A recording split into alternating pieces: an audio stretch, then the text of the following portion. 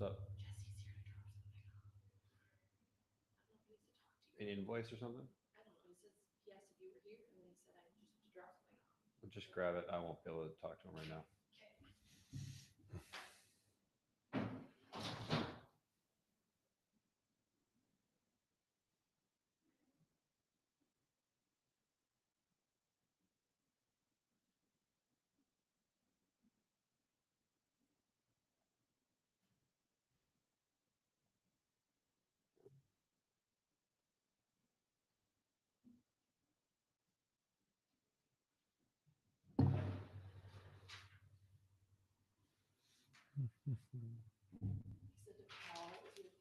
Okay.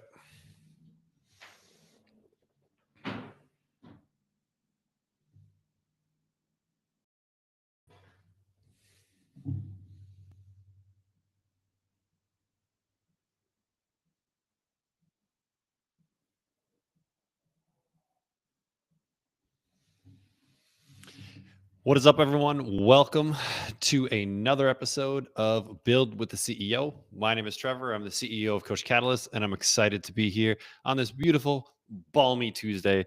It is a magnificent -7 degrees where I am at in Minnesota. Hopefully, it is warmer where you're at in the world. Now, today is a special day because we're going to talk about what I call borrowed audiences. Now, the number one thing we have a little questionnaire that people fill out when they come into our Facebook group, and the thing we see most often is how do I get more leads? Right? How do I get more clients? And so, getting more clients starts with a level of awareness, right? And this concept of borrowed audiences is arguably the best way to get more awareness and ultimately get more clients, especially if you don't have much of an audience and you're just getting started out. This can be a great way to like jumpstart your career. Think about it almost like the cool kid at a party, right? If you're a new kid in town and you make friends with the cool kid and they take you to the party, you're automatically trusted because everyone trusts a cool kid, right? Similar concept. And so that's what we're going to talk about today. And there's a bunch of different kind of categories that fall under this idea of borrowed audiences. We're going to go through kind of each of them. Some may be better than others. There's a couple that I like the most, and I'll make sure that I highlight those. But that's what we're going to do. We're going to talk all about borrowed audiences because trust is built into the process. And that's one of the things that we need to secure or get early on is trust, right? That's how we get clients. This is a coaching business. People are buying people. So they need to know you. They need to trust you. They need to like you. You've probably heard those terms before. And so we're going to talk about it all today. If you do have comments as we're going along, throw them in the chat. I just found out you got to do this little refresh thing inside of Facebook to be able to see the comments, but I'll make sure I have that up and look at it periodically. If you're watching us on YouTube, that will show up for me right away. Same thing with Riverside. Just pop it in there and we are good to go. So let's rock and roll. All right. So when we're talking about borrowed audiences, there's about 5 different ones that we're going to talk about today. Maybe 6. So the first one I want to talk about is like content collaboration, right? So this might be someone's content that you consume or someone's content that your audience consumes. And when I think about content, I like to think about like an adjacent industry. So who is kind of 1 degree away, 1 industry away, where maybe they're creating content that you could collaborate on, and then you could essentially um, provide value to their clients, because all of this is about providing value, right? And one thing to just always think about if we are utilizing borrowed audiences is how do you make sure that you are providing a ton of value to the person that owns that audience? Okay, we need to figure out what is valuable to them. Maybe they have a content schedule that they need to stick to, and you could provide some value to them by giving them a break for a period of time and producing incredible content that their audience will love. All right, so here, let me kind of give you an example. Let's say that you serve women, right? Specifically women in the weight loss world. And this is kind of like very generic, but you'll kind of get the picture. And let's say you follow a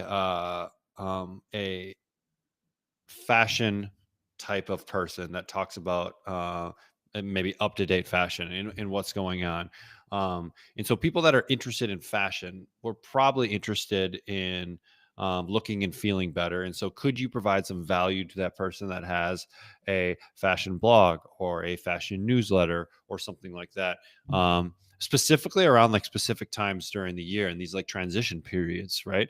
In this transition, maybe around the new year, in spring to summer. That's another kind of big time when people are thinking about maybe getting into swimsuits and that kind of stuff. So, could you create a little collaboration or content collaboration with this person? Another really common one is if you have a blog and they have a blog, to do kind of a blog swap where you're going to write one for them, they're going to write one for you, and you're just introducing to each other's audiences. But I like these in non-competing domains, right? So if we're in like nutrition, maybe it's with fitness, right? If you're in fitness, maybe it's just with nutrition. And then even one degree away, I like fashion. Someone else did one with like a barbershop. Like, where else are your people? Where else is your audience going, right? Where can they be found? Who are they following? And let's go there. So that's kind of the first one, is content collaboration. And the next one kind of fits into the same sort of category, but it's a little bit different. So let's talk about this as like social media and influencer partnerships. So who already has your perfect client? Like, who already has their attention? And then let's try to get in front of that following. So this could be another collaborate. Like, this is probably the collab world, right? When we think about social media, I have not done a ton of collaboration, so I can't give you a ton. In a social media standpoint, we're actually like creating a collaboration right now with a couple other people. And I'll give you a little kind of sneak peek for those of you listening. But we're creating a collaboration with Macros University, Eve Guzman, and Macros First. And so Coach Catalyst, Macros First, Macros University are all putting together a really cool email series that we're going to put out to our different lists. And we're going to get people on that list, and then we're going to educate them about macros. Jacob is going to teach about Macros First and how awesome of an app it is and how easy it is for their clients. I'm going to talk about Coach Catalyst and its use as a coaching platform and taking the data from a client's Macros First and being able to see that. And then Eve, who's from Macros University, is going to talk about macro tracking. Like, what is it? How is it important? How should I do it? And all of those things around the education. So there is not really anything competing. We all have different products that we sell. They all are in kind of a similar alignment for the coach that is interested in macro tracking. And then we show them how all these pieces fit together. And then if it makes sense, if they need a platform, they'll probably look at Coach Catalyst. If they want some more education on macros, they'll probably look at Macros University. And if they're looking at tracking macros, or they need to recommend a tracking platform for their clients, then they're probably going to be looking at Macros First, right? And so we can do this really cool collaboration, and we can promote it and do all of that fun stuff. So that's just another example of it. Kind of blends this content collaboration with like influencer partnerships. There's a lot of us like that are in this world. Like, we're not like a car company that is doing, a partnership with an influencer who has a big audience. But so think about it more as like this kind of content and collaboration. Now, moving into the next one, this is the one I think you have the most control over. And I think this is the one you should be deploying as much as possible. And let's just call this one education-based marketing. And it's really speaking, it's putting on events, it's getting in front of people and finding those opportunities locally first. Okay, you're going to get better attention locally, but you can also find these pockets online as well. Maybe someone is putting on an event where you could come in and share your expertise. Maybe it's an online event, maybe it's an offline event. Are there local groups that are looking for people to come in and educate?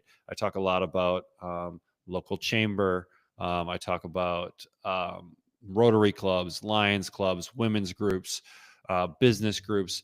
Every community has these pockets of people that are all interested in something. And so if we know who we're serving, then we can go find where those people congregate and let's go there. Maybe it's a local religious institution. I've seen people have a lot of success with something like that.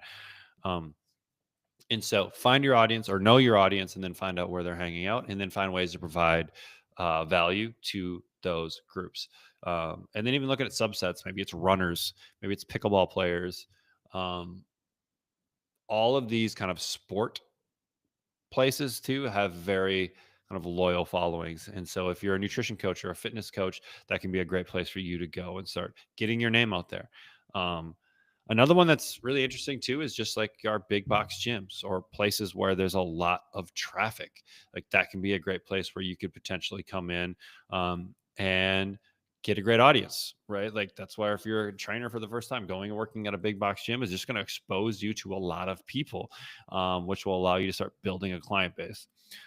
So don't discount, don't discount offline events, even if your delivery model is virtual.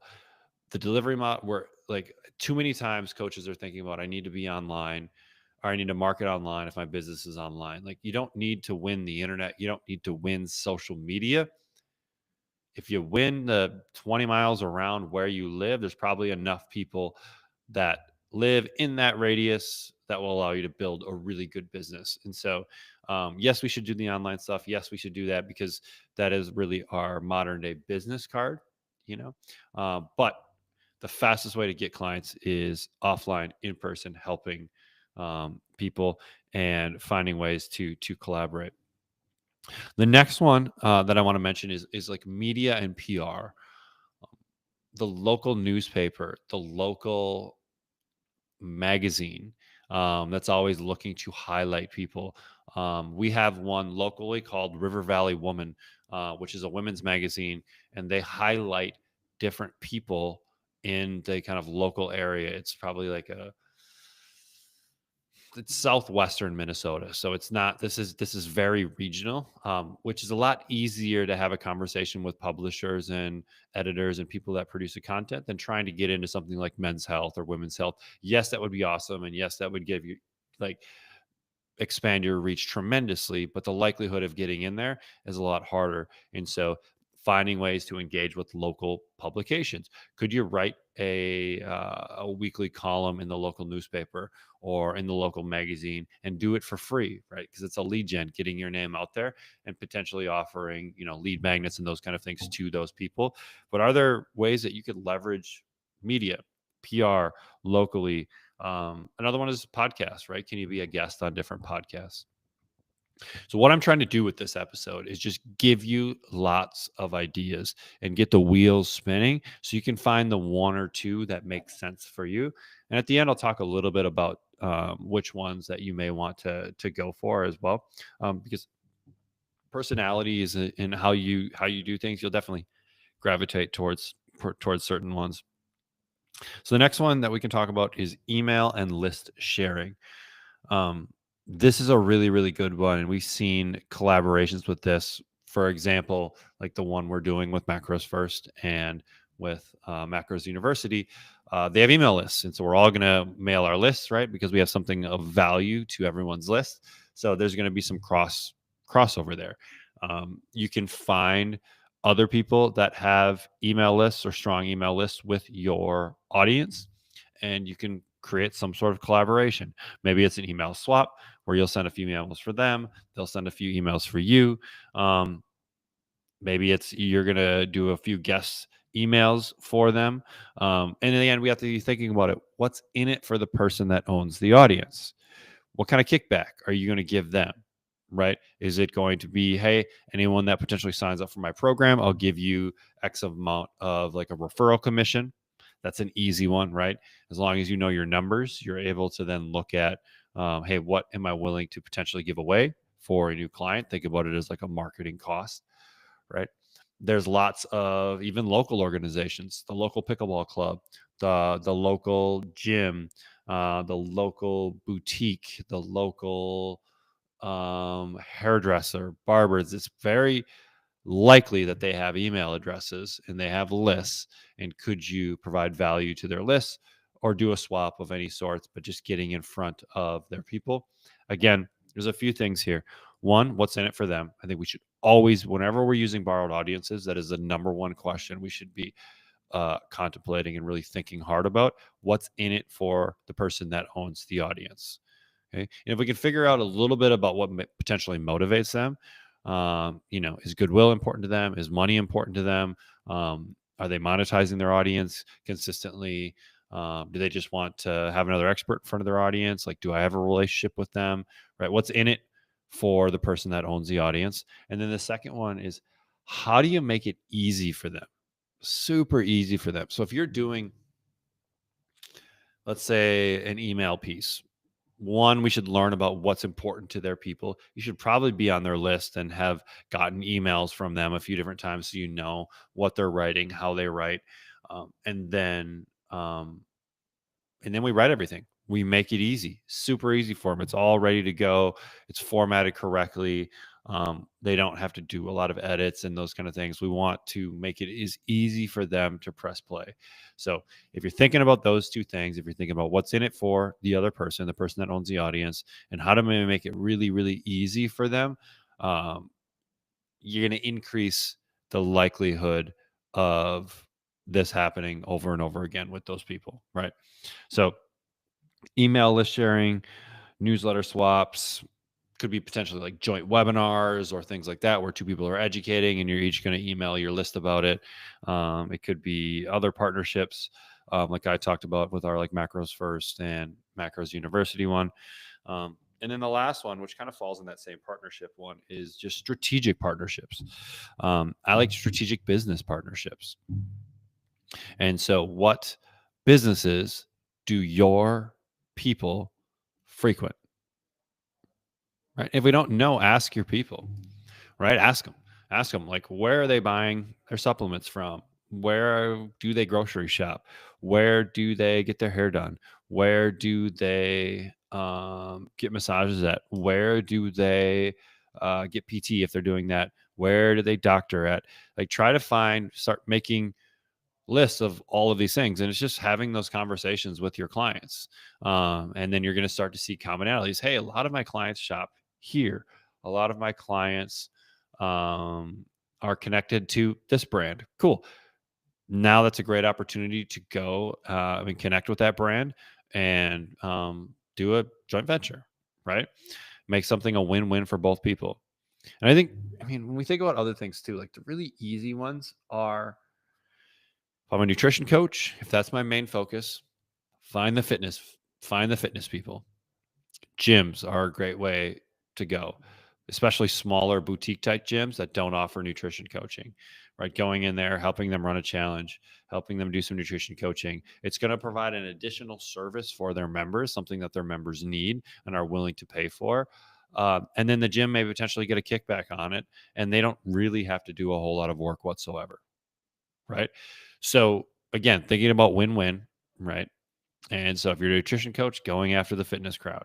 If you're more of a fitness coach, find the nutrition coaches or find the nutrition organizations where you can provide a fitness component to what they're doing. And so just look for the opposite. What are other services people are buying? And let's go find those. Let's go find those businesses and start having those conversations. And with the internet, with social media, you can find out a lot of this information very easily. It just takes a little bit of effort, right? It takes a little bit of effort, and you're able to do it. So find the people that already have the audience, and then go in there, do some joint stuff. There was an interesting one. If you listen to my last episode with Ashley Goes, she had a really good example of there was a fitness company, and they partnered with a barbershop. So they found kind of like a barber influencer to an extent, and they trained that barber for free in exchange for shout outs on social media, following the journey, being able to put it out there, right? Because other people knew of this barber, right? And the people that go to this barber are this fitness company's ideal client. And so, what better way than to showcase the journey of a quote unquote influencer? And these could be micro influencers too. We don't need people with tens of thousands of hundreds of thousands of followers. They could be a micro influencer inside of their local community. And the cool thing about like like barbers, hairdressers, salons, that kind of stuff, is people hang out there for a long time and they ask a lot of questions. And if someone has lost a lot of weight, they're like, hey, it looks like you lost some weight. Like, what's going on? Oh, I've been working with so and so, right? And there's the introduction. And so don't be afraid to potentially give your services away to someone that has influence, but just make sure that there's clear terms, right? If I'm going to offer this for free, here's what we require in exchange to get a nice, fair exchange of value. And then I would put a timeline on it as well. So you just have these clear talking points. Too many times when people get into these things, into these relationships, these partnerships, we don't have a lot of clarity on what it looks like, and we don't have stopping points. And so then it gets to this like awkward stage, or like, are we still doing this? Like, I'm maybe not getting as much value as you're getting, or the other way around. And we don't really know how to address this. And it's kind of awkward. So if you have some clear talking points where, hey, here's what I'm going to do, here's what you're going to do, nice and laid out, clear, we all agree on this, cool. In 6 weeks, 6 months, whatever the time frame is, we're going to have a conversation and readdress this, and we can cancel the contract or cancel the agreement at that point if one party feels like they're not getting what they need out of it, right? And so as long as we have clarity and we have clear timelines, you're going to be good with partnerships. So if we think about all the stuff that I just talked about, right, there's a few things that I just want to highlight. Where is your audience already hanging out? So first, number one, you have to understand our audience. And if we don't understand that, we need to first understand that. The next one is like, what type of content do you really, really feel like you're good at or you enjoy doing? Okay. Are you more video? Are you more text-based? Are you more in-person? Right? Are you a really good networker, collaborator? So like, what do you enjoy doing? Because that's important, because this is something that we want you to continue to do.